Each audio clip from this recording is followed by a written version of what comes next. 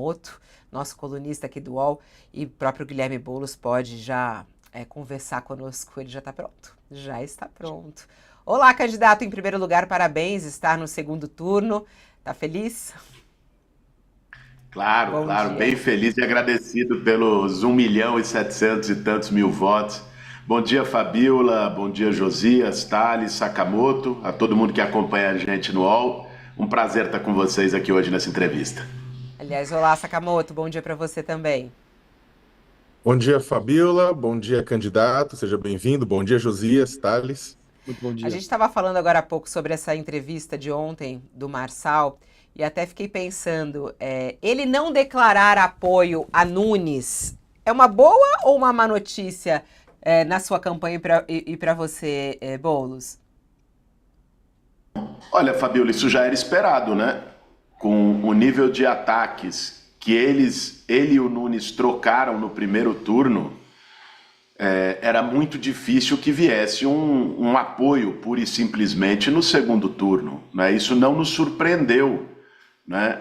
Como a indicação até do Pablo Marçal de que não vai votar no Ricardo Nunes, a não ser que ele peça desculpas e outras pessoas, também não nos surpreendeu, porque expressou o que foi o primeiro turno. Vocês viram, aliás, que no primeiro turno eu fui o candidato mais atacado por todos eles, até com direito a laudo falso na véspera de eleição. Agora, no segundo turno, Fabiola, a gente tem uma eleição diferente.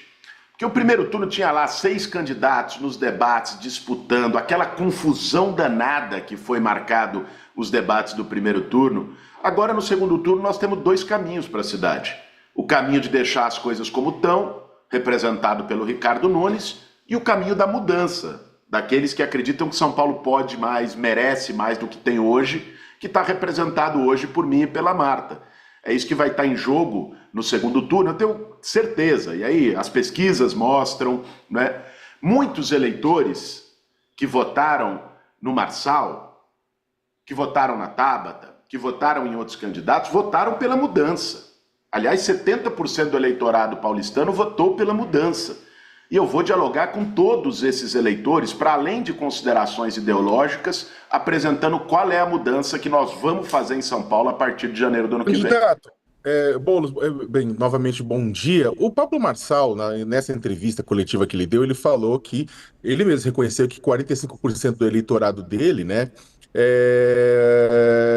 o Lula pode tomar de volta. Né? E aí ele coloca um fenômeno que áreas em que o Lula tinha ganhado na periferia de São Paulo, não na periferia da sua região, Campo Limpo, Ângela, né, São Luís, mas a periferia sul, Grajaú, Capela do Socorro, né, acabaram ficando nas mãos do Ricardo Nunes, áreas que historicamente votavam com o PT. Inclusive a família Tato perdeu vereador lá nessa região. Né? Em primeiro lugar, qual que é a sua estratégia para retomar essa região e esse aceno seu, essas falas que o senhor tem tido sobre o empreendedorismo vão nesse sentido para tentar captar esse eleitor mais pragmático do Marçal?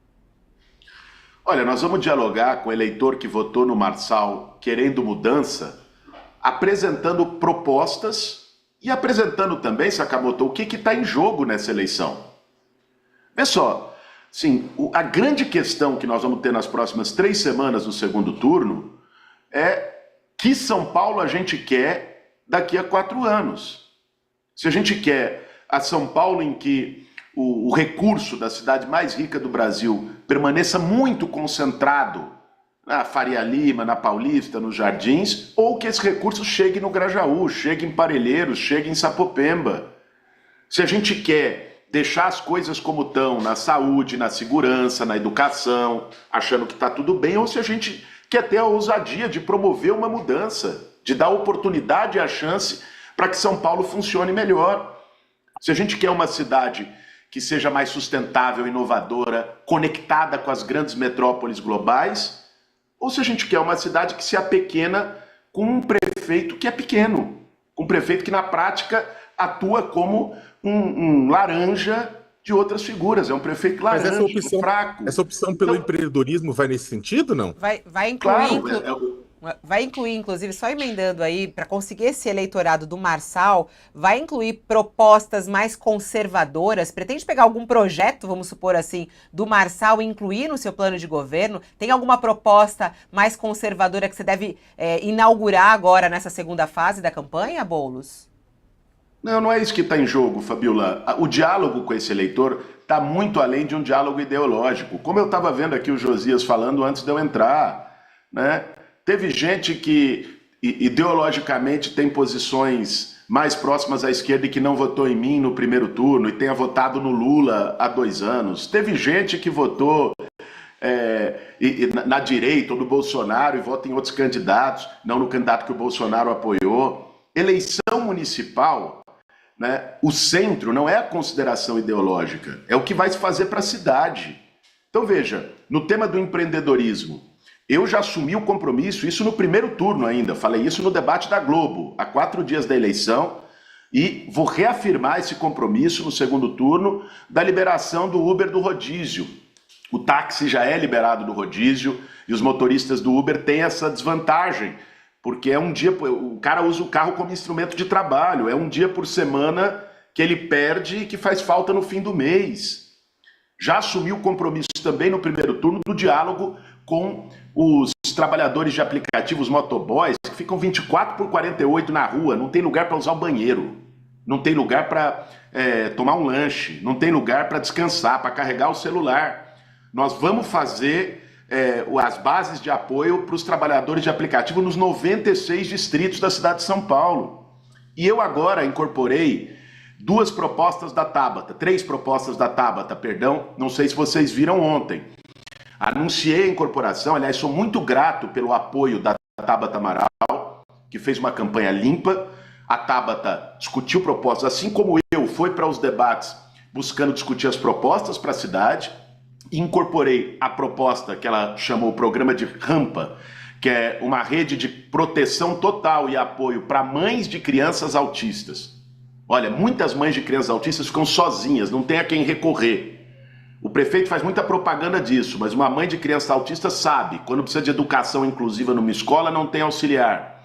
Quando precisa de uma UBS, né, ou de um CAPS para o tratamento, não tem o tratamento que precisa. Nós vamos dar esse suporte com proposta da Tabata e o programa Jovem Empreendedor, que a Tabata também trouxe, que é dar um crédito, um apoio para quem quer abrir o seu negócio, sua primeira empresa, seu pequeno negócio, quem quer empreender vai ter esse crédito. Além de uma proposta muito legal, que se conecta com a nossa perspectiva de inovação. A gente juntou um time muito bom. Eu fui visitar Nova York, Paris, Bogotá, Xangai, Pequim, Lisboa, Santiago, para conhecer experiências de inovação urbana.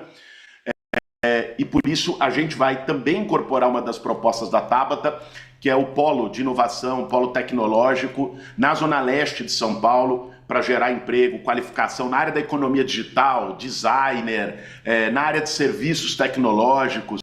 Então, essa visão, dialogando com os vários setores da cidade de São Paulo, tanto quem mora na periferia, como quem mora na região central, que nós vamos levar no segundo turno. Você mencionou que 70% do eleitorado paulistano votou na mudança. É um fato, deu até um pouquinho mais, 70,5%. Tem lá os 29,5% que estão com o prefeito, 70,5% votaram para mudar.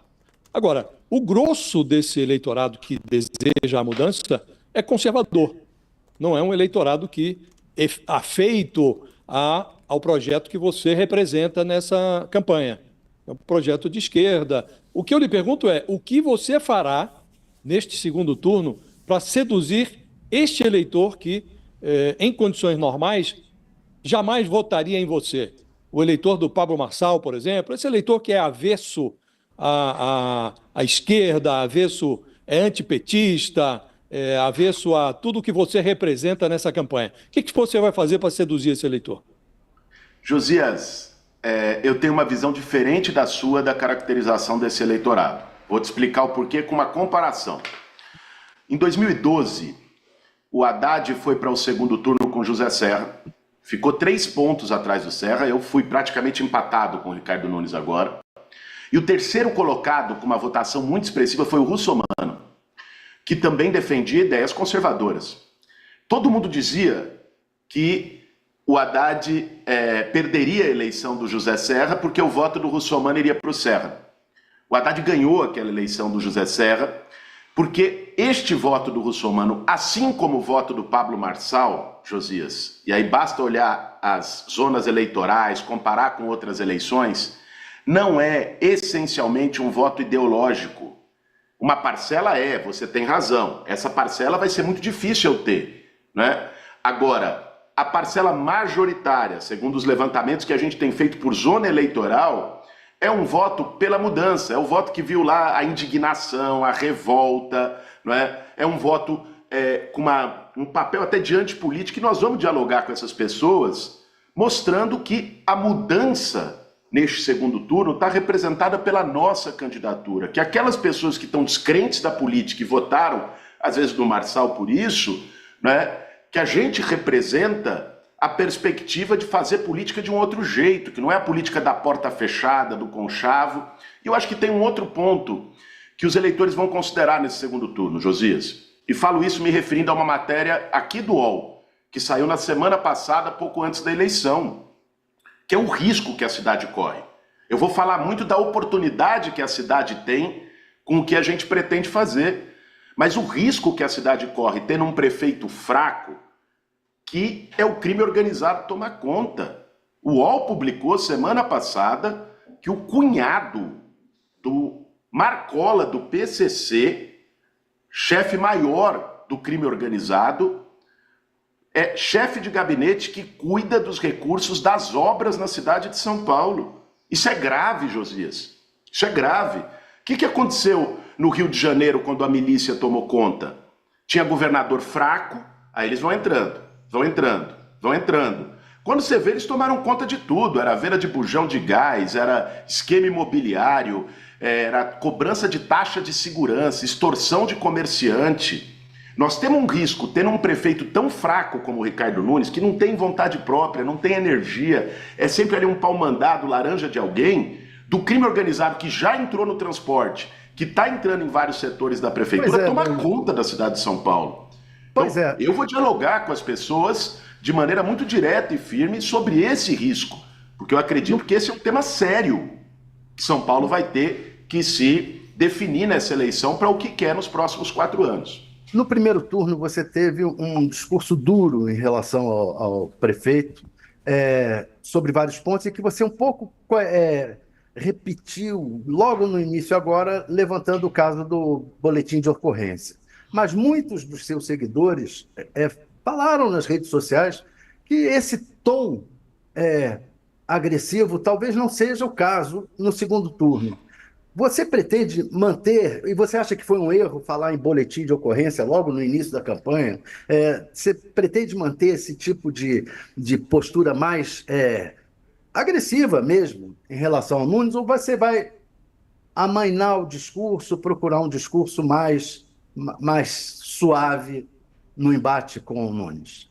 Thales, eu fui o candidato mais agredido no primeiro turno de todas as formas possíveis.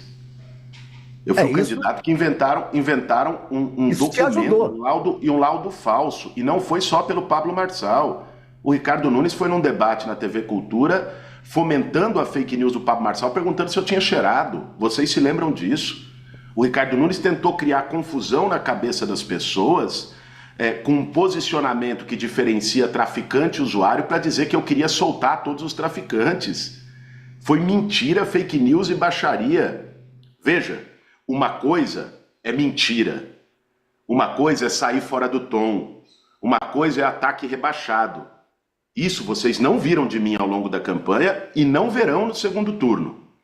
Outra coisa é uma pessoa que está na vida pública, ela precisa prestar contas daquilo que ela faz. Esse tema do boletim de ocorrência, por exemplo, vocês mesmos no UOL, quando o Nunes foi sabatinado, questionaram ele a respeito disso, como tem que ser uma figura pública. São Paulo precisa saber se está votando num prefeito que tem ou não tem um boletim de ocorrência de violência contra a mulher. Isso é grave. Isso não é uma questão pessoal. Isso não é um ataque rebaixado. Se o boletim fosse mentiroso, igual o laudo que o Pablo Marçal inventou sobre mim, é uma coisa. Agora o boletim é verdadeiro. Então, questões dessa natureza é inevitável que estejam no debate político. Aliás, não fui nem eu que coloquei. Quem colocou pela primeira vez o boletim de ocorrência foi a Tabata, no primeiro debate da Band, e colocou corretamente, porque é um tema de interesse público.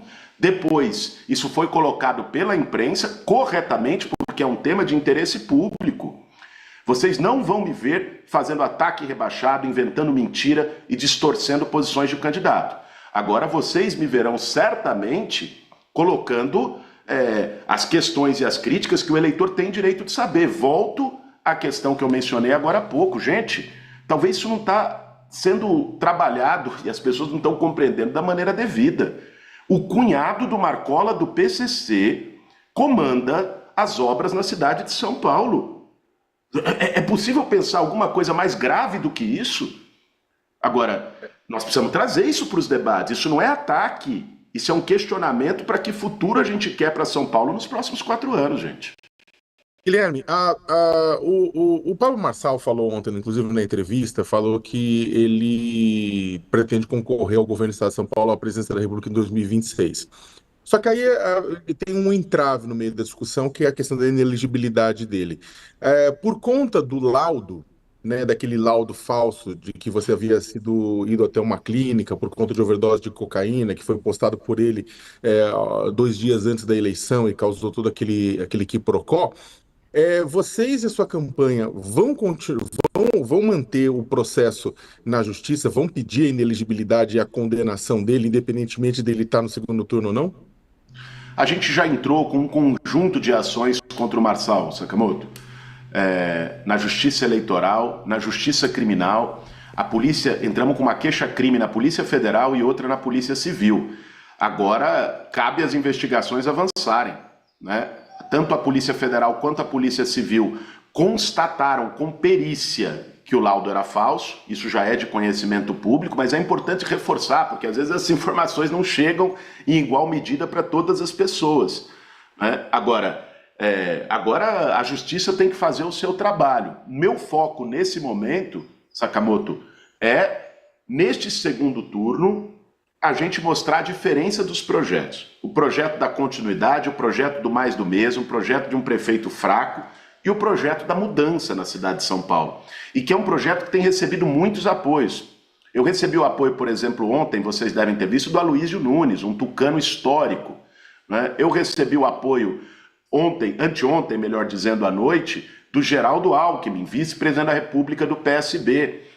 Nós estamos aqui conversando com vários setores que estão dispostos a nos declarar apoio nos próximos dias. Nós vamos construir e ampliar essa frente na cidade de São Paulo para não permitir, de um lado, que o bolsonarismo, a extrema-direita, o que tem de pior na política brasileira, tome conta da prefeitura, e de outro lado, que o crime organizado siga avançando dentro da prefeitura de São Paulo. Só pegando essa ponta da história do laudo, que foi um crime eleitoral cometido pelo Pablo Marçal, né? Todos os juristas falaram sobre isso. Eu queria saber a tua análise sobre isso e da sua campanha. Vocês acham que esse laudo falso, ele te prejudicou ou não? Ou até te ajudou, tirando o Pablo Marçal do segundo turno? Qual é a avaliação? Fabiola, é difícil dizer isso, né? A gente fazer o cálculo de engenheiro de obra pronta e depois a gente calcular como poderia ter sido. Mas vocês falam nos bastidores, que nem a gente fala aqui, vai ajudar, vai piorar. A gente sabe que fala. Eu queria saber esse que rolou aí. Porque, claro, é algo gravíssimo. Eu imagino o quanto você ficou incomodado com isso, vítima aí de um crime, né, eleitoral. No entanto, isso tem impacto político na urna, né? Todo mundo falou, gente, o cara cometeu um crime na véspera da eleição. Isso te ajudou? Você acha que isso te ajudou a ir para o segundo turno? Isso certamente não, né? Isso, todas as pesquisas, o Datafolha na véspera, todas elas me apontavam no segundo turno e colocavam antes do laudo falso, depois do laudo falso, eu estava no segundo turno liderando numericamente em todas as pesquisas. Então, Me ajudar, com certeza, não ajudou. Agora eu queria falar de uma outra coisa que essa sim é objetiva, é menos especulativa, eu diria. Vocês viram, saiu a reportagem agora, que 48 mil paulistanos acabaram anulando o voto no 13. Então, ou seja, muito provavelmente eram pessoas que queriam votar na gente, mas não tinham conhecimento do número. Com esses Pois votos... Boulos, o que vai fazer? Era isso que eu ia te perguntar. O que você vai fazer para mudar isso? Como vai mudar isso? Porque foi um erro da campanha, né? Deixar isso ocorrer. Thalys, deixa eu te falar. Primeiro, só dizer que com esses votos a gente teria chegado na primeira colocação, porque a margem foi muito pequena. Segundo, a nossa campanha fortaleceu muito o número 50 na urna. A gente imaginou talvez até que poderia, se a gente não tivesse feito isso, ter um número até maior, né? Agora, neste segundo turno, a gente vai redobrar o esforço em mostrar na TV, nas redes, em todos os lugares, na nossa campanha, a construção do número que é o 50, que é o número da nossa candidatura, e acredito que esses votos vem automaticamente para nós, esses 50 mil votos praticamente, vem automaticamente para nós no segundo turno. Mas isso você acha que foi uma fake news também, que te prejudicou? Você coloca isso no pacote, Pablo Marçal? Porque até no debate lá, ele falou isso. Vota 13 aí, já que você gosta do Boulos, vota 13. Ele falava isso a toda hora, né? Vocês também pretendem, de repente, colocar isso em alguma ação, já que tem agora esse número falando que foram quase 50 mil pessoas? Isso foi mais uma fake news, é isso?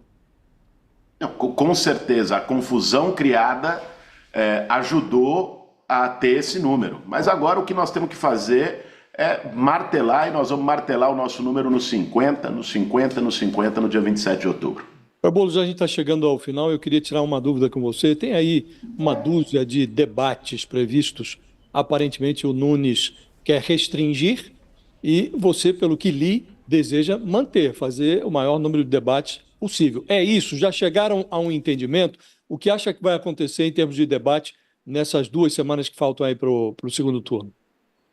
Josias, o Ricardo Nunes é fujão. Um cara que ficou omisso 3 anos na prefeitura e só foi querer fazer obra na véspera da eleição, é um cara que também vai querer fugir do debate.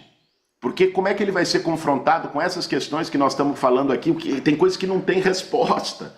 Então, é lógico que ele vai querer fugir do debate igual o diabo foge da cruz, né?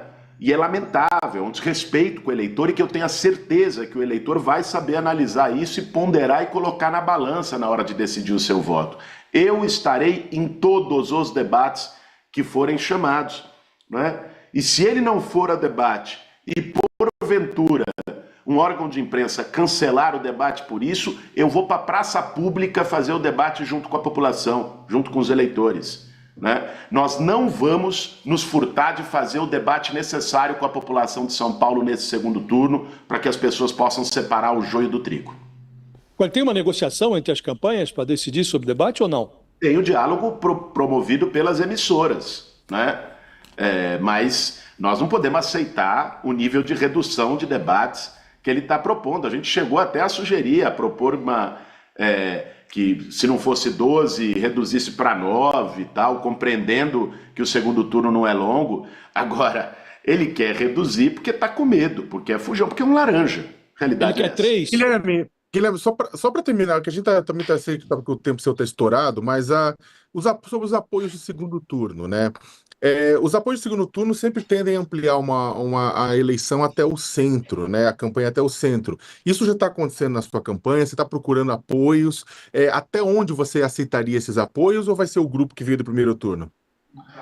Olha, nós já estamos recebendo os apoios, já recebemos apoio do Geraldo Alckmin, já recebemos apoio da Tabata Amaral, já recebemos apoio do Aloysio Nunes. Eu não vou dar spoiler aqui não, Sakamoto, mas hoje tem mais apoio. Hoje vai ter mais apoio, amanhã tem mais apoio. Nós vamos receber um conjunto de apoios de setores que não estiveram com a gente no primeiro turno, que entendem o que está em jogo nesse segundo turno e que estarão com a gente. E até o Marçal disse que você vai ganhar, né? Você recebeu isso como uma provocação ou uma palavra de apoio? Olha, eu tenho a convicção que eu vou ganhar essa eleição também e vou trabalhar muito para isso. Gente, eu vou precisar encerrar aqui porque eu estou correndo já agora para uma outra agenda de campanha, mas agradeço aí Fabiola, Josias, Thales, Sakamoto, à disposição desse diálogo. Peço desculpa por não ter conseguido na segunda-feira, porque a gente ficou ali o dia todo em reunião para organizar com a nossa equipe o trabalho de segundo turno, né? Mas estou à disposição sempre aqui de vocês no UOL. Obrigada, candidato. Obrigado, Até uma obrigado. próxima. Bom trabalho. Obrigado. Bom dia. Bom, seguimos aqui. Agradeço o Sakamoto também. Cadê Sakamoto? Um beijinho.